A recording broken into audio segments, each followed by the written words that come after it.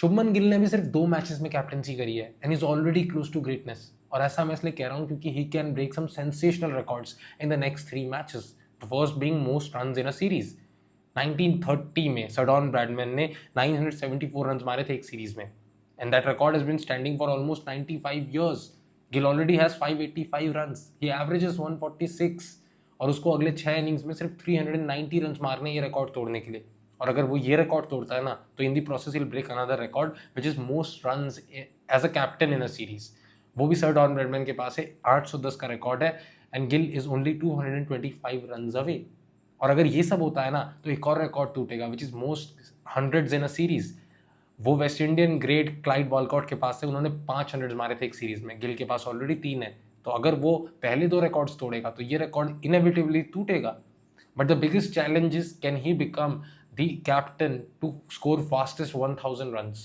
वो भी sir don Bradman ने किया था, 11 इनिंग्स लगे थे उन्हें ये करने में।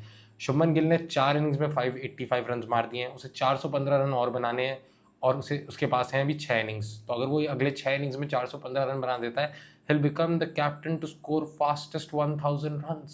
And these are some sensational records. ये नहीं, और भी कई records हैं जो टूटेंगे अगर गिल का बल्ला इसी तरीके से बोलता रहा। And obviously अगर वो इतने सारे records एक ही सीरीज में शैटर कर देगा, he will be considered a great in the long run.